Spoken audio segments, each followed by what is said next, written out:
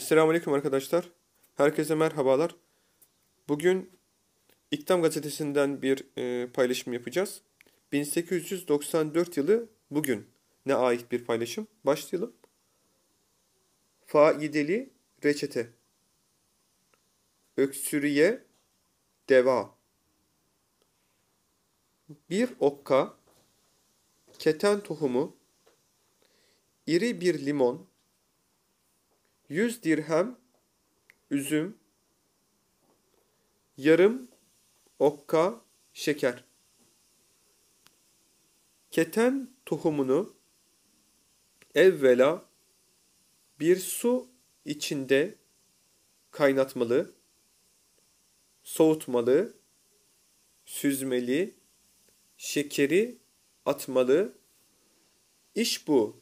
Halitadan yani karışımdan günde 2-3 kahve kaşığı almalı. Bu kadardı arkadaşlar. Şifa olsun inşallah. Allah'a emanet olun.